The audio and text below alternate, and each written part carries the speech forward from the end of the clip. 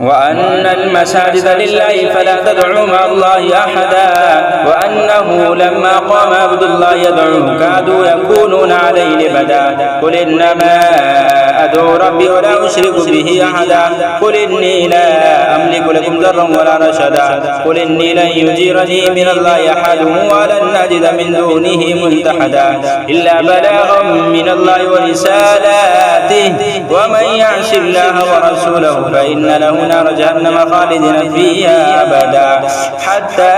إذا رأوا ما يوعدون فسيعلمون من أضعف ناصرا وأقل عددا قل إن أدري أقريب ما توعدون أم يجعل له ربي أمدا عالم الغيب فلا يظهر على غيبه أحدا إلا من ارتضى من رسول فإنه يسلك من بين يديه ومن خلفه رصدا